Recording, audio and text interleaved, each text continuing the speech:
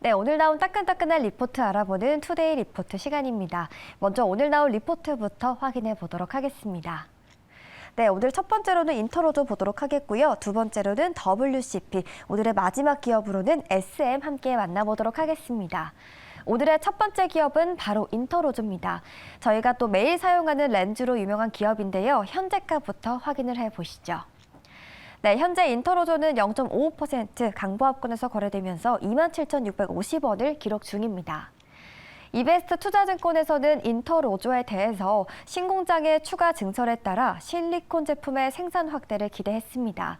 지난 9월부터 생산 지연 이슈가 이제는 완전히 없어졌기 때문에 최대 실적을 기록하고 있다고 하는데요. 올해 4분기 예상 매출액과 영업이익률은 지난해에 비해 각각 8%, 또 15% 증가할 것으로 바라봤고요. 사상 최대 영업이익의 달성도 기대가 된다고 합니다.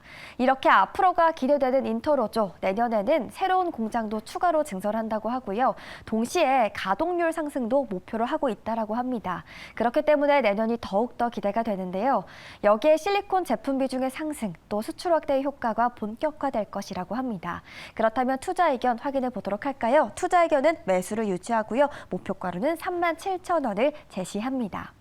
네, 이어서 바로 오늘의 두 번째 기업도 만나보도록 할게요. 2차 전지 기업인 WCP인데요. 현재가 체크하고 넘어가도록 하겠습니다. 네, 현재 WCP는 1.25% 하락세 보여주면서 43,350원 기록 중입니다. 신한투자증권에서는 수요 둔화 우려를 이겨내기 위해서는 가격 하락에 대한 저항력이 있어야 한다고 분석했습니다. 특히나 WCP는 셀 고객사를 통해 BMW의 전기차에 또 분리막을 납품하고 있다고 하는데요. 여기서 주요 소재의 가격은 그래도 안정적인 가운데 주요 공장의 가동률은 100%인 점에 주목을 했습니다.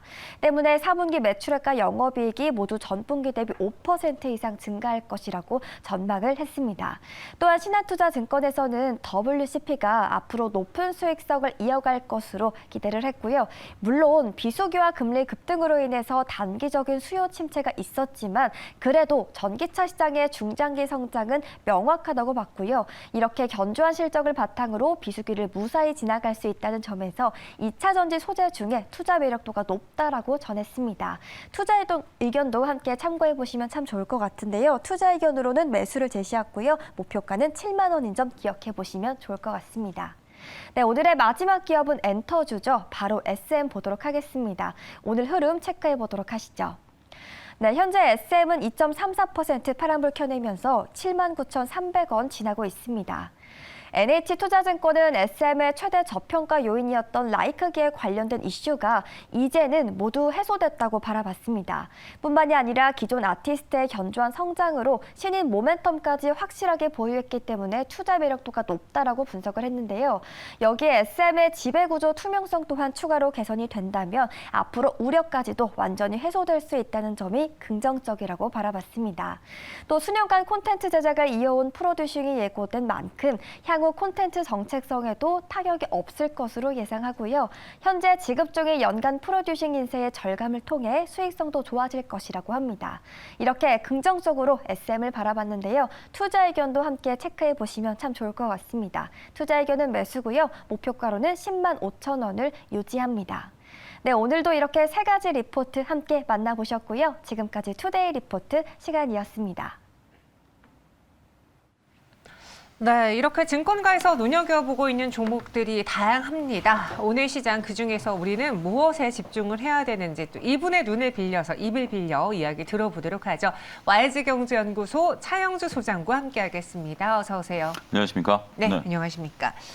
사실 저희가 막 여러 가지 이슈들을 준비하는데 네. 가끔 투자자분들, 시청자분들이 전혀 관심을 안 보일 때가 있어요. 그게 언제냐면 종목이 중요하지 않고 지금 시장이 전반적으로 불안하거나 그렇죠. 시장 자체가 그냥 크게 환호할 때, 그러니까 거시적인 요인들이 조금 더 크게 작용할 때가 그런 날인데 오늘이 그렇지 않을까. 딱 제가 유튜브 들어오자마자 보였던 채팅방에 그 시청자분 메시지가 아니 이제 뭐 미국, 중국, 유럽, 하다못해 일본까지 난리냐? 정말 우리 시장 어떡하니? 라는 글이 올라왔거든요. 오늘 일본의 그 스탠스에 대해서 소개를 해주셔야 될 것 같아요. 이게 굉장히 중요합니다. 우리가 네. 주식 투자를 할 때 지금 이제 이 기업의 본질 가치에 집중하는 게 첫 번째고요. 그다음에 두 번째는 이 본질 가치에 기업의 본질 가치에 영향을 미치는 외부 변수에도 신경을 쓰셔야 된다라는 거죠. 기업이 아무리 잘해도 강력한 외부 변수가 그게 된다라면 일단 그 흔들릴 수가 있는 거죠. 여러분들 이렇게 생각해 보시죠.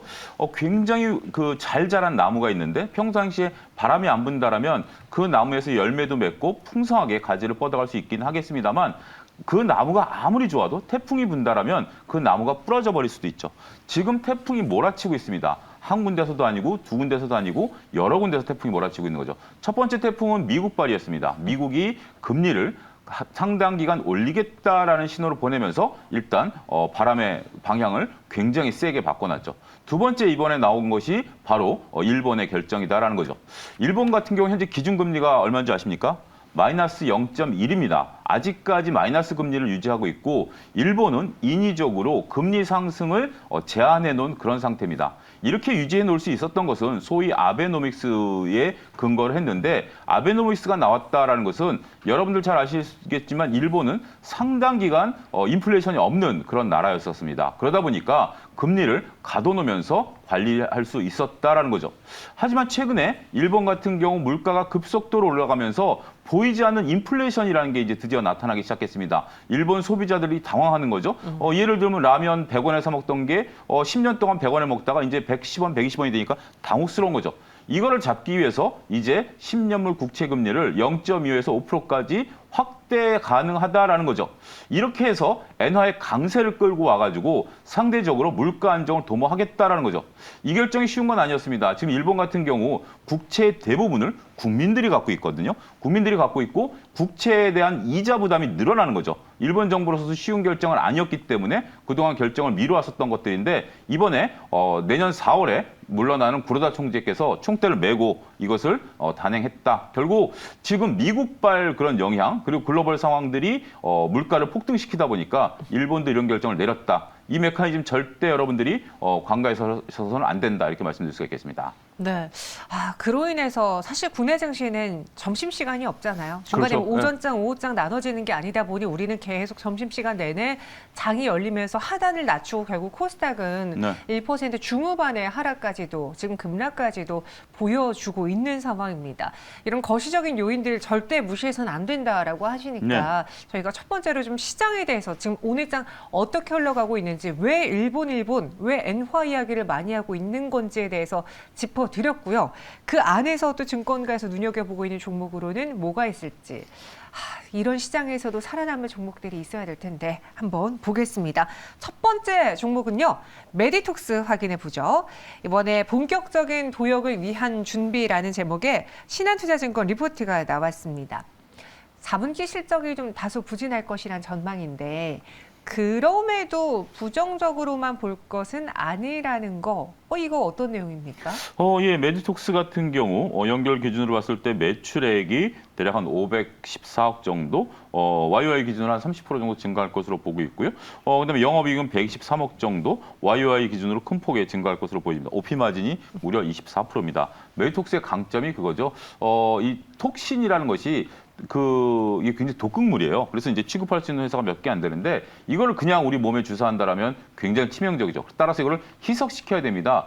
희석을 시킨다는 얘기는 뭐죠? 원재료비가 낮아진다라는 거죠. 그러니까 OP 마진이 이렇게 높아진다라고 할 수 있겠습니다. 뭐 톡신이라든지 필러 부분에 있어서 톡신과 필러는 좀 차이점이 있습니다.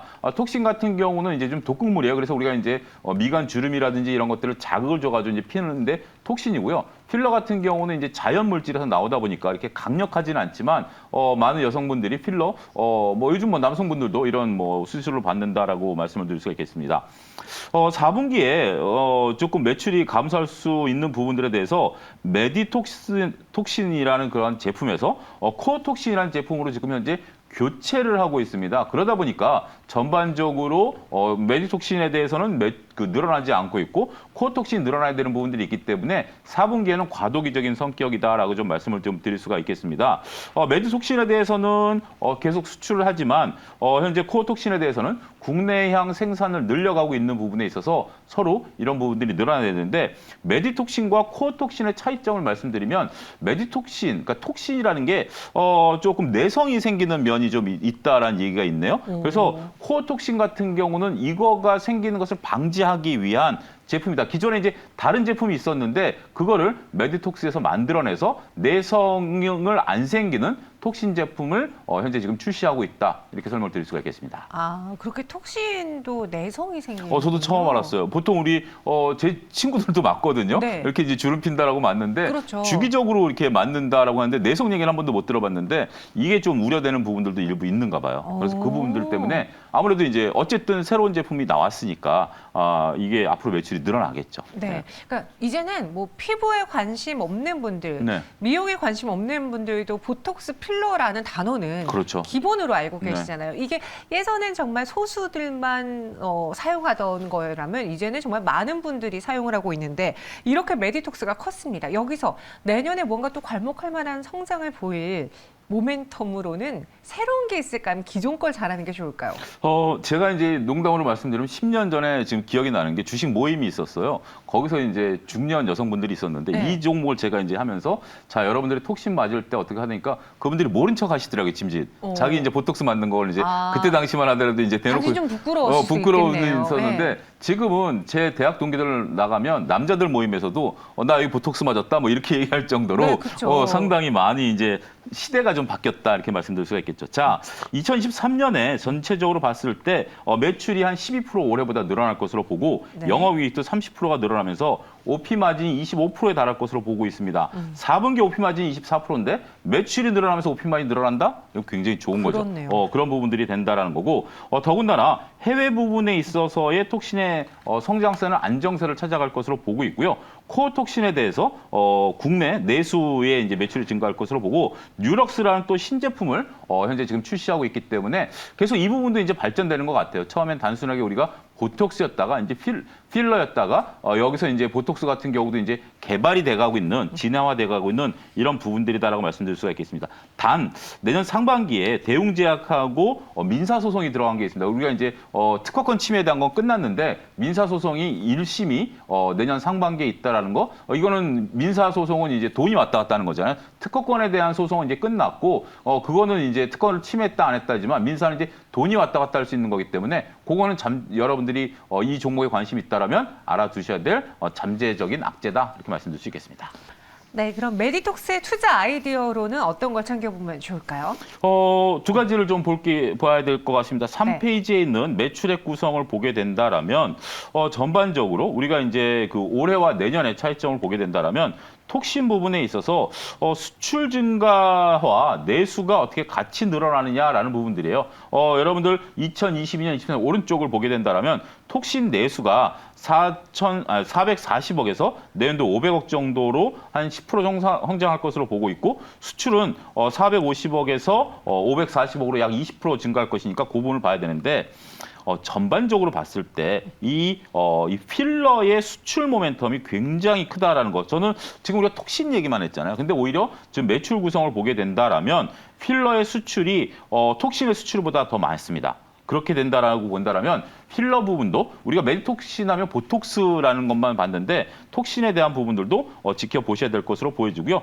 저는 괄목할 만한 게 하단에 나와 있는 영업이익 OP 마진이라고 보여집니다. OP 마진이 전체적으로 추가적으로 계속해서 그 올해 22% 정도인데 내년에 25%까지 늘어난다라는 부분들은 여러분들 이렇게 생각하시죠. 많이 팔았는데 이익률이 더 높아?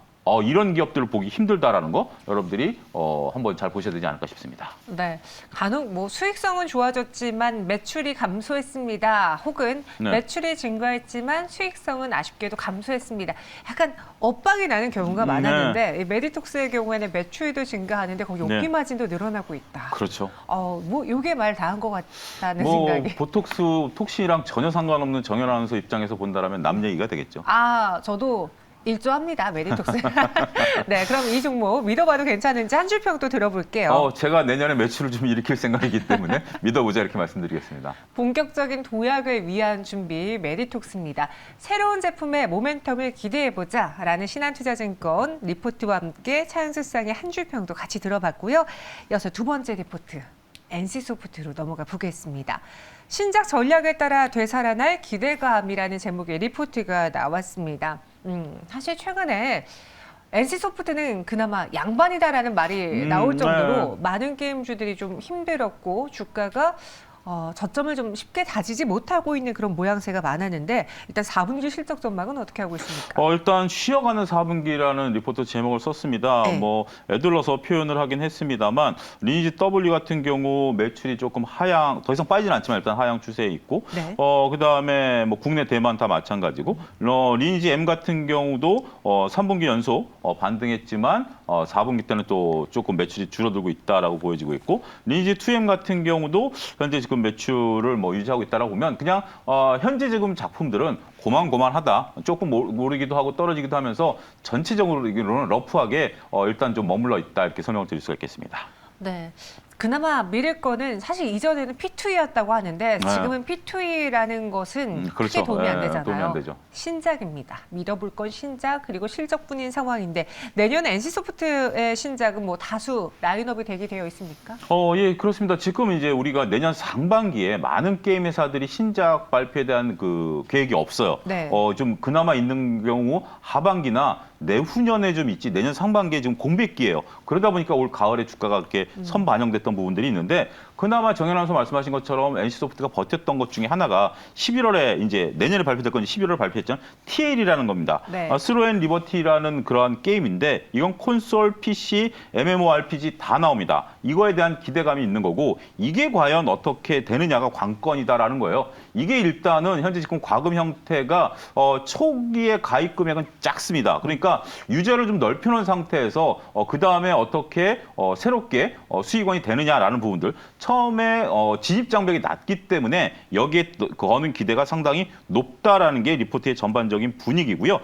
그 다음에 이제 그 모바일 게임도 4종을 나오는데 이거는 BMMORPG라서 장르가 다릅니다. 그래서 기존의 NC소프트와는 전혀 다른 장르의 어떤 게임들이 나오기 때문에 이게 시장에서 어떻게 평가받을 수 있을지 귀추가 주목된다 말씀드릴 수가 있겠습니다. 네. 출시 예정으로 TL의 주요 경쟁작이 될 것으로 판단된다. 최근에 또 그 디아블로4의 뭐 경쟁사의 신작 이야기까지 더해지면서 그렇죠. 뭐 네. 아니 남의 신작 나오는 거랑 우리 신작 나오는 거랑 날짜 좀 비슷하다고 이렇게까지 맞을 일인가라는 좀 불면 소리도 나왔거든요. 그런 상황 속에서 지금 NC소프트 일단은 신작 전략에 대해서 좀 약간은 기대를 해봐도 되지 않을까. 투자 아이디어는 뭘 가져가 볼까요? 이게 굉장히 근데 어떻게 보면 중요합니다. 우리가 여가를 즐길 수 있는 시간이라는 건 한정돼 있기 때문에 그렇죠. 상대방이 세게 나오면 이쪽이 밀릴 수밖에 없죠. 둘 다 이렇게 양손으로 막 게임하기 힘드니까요. 그렇죠. 그렇게 네. 어려우니까 이게 만약 시차를 두고 나온다면 둘 다 즐겨도 일단은 좀 그렇죠. 자, 일단 간단하게 마지막으로 보게 3페이지에 있는 표를 보게 된다라면 네. 올해에서 내년까지에 대해서는 일단 매출이라든지 이런 것들이 조금 가믹되게 나왔어요. 토탈로 보게 된다면 2조 6천억에서 2조 5천억인데 거의 뭐 러프하게 나옵니다. 근데 여기서 중요한 트리거가 있습니다. 중간에 하얀색 백지가 보이고 오른쪽에 숫자가 있는 거죠. 이게 TL입니다. 신작 게임 스로 앤 리버티입니다. 이게 대략 한 2,600억 정도 매출을 일으켜줘야만 지금 수준을 맞출 수가 있어요. 그렇지 않으면 나머지는 다 빠집니다. 그래서 결국 NC소프트의 주가는 TL이라고 불리는 스로 앤 리버티에 따라서 주가가 움직일 가능성이 높다 이렇게 말씀드릴 수가 있겠습니다. 네, 알겠습니다. 이 리포트 마지막으로 믿어봐도 괜찮은지 한 줄 평으로 정리해 보겠습니다. 예, 일단 뭐 현황을 잘 정리했다는 측면에서 믿어보자 이렇게 말씀드리겠습니다. 네, NC소프트의 리포트 두 번째로 챙겨봤습니다. 신작 전략에 따라 되살아날 기대감이라는 제목의 리포트였고요. 차영철 시장, 차분히 지켜보자라는 한 줄 평으로 답을 드렸습니다. 오늘 두 개의 리포트 챙겨봤고요. 차영철 시장과 함께했습니다. 오늘 설명 고맙습니다. 감사합니다.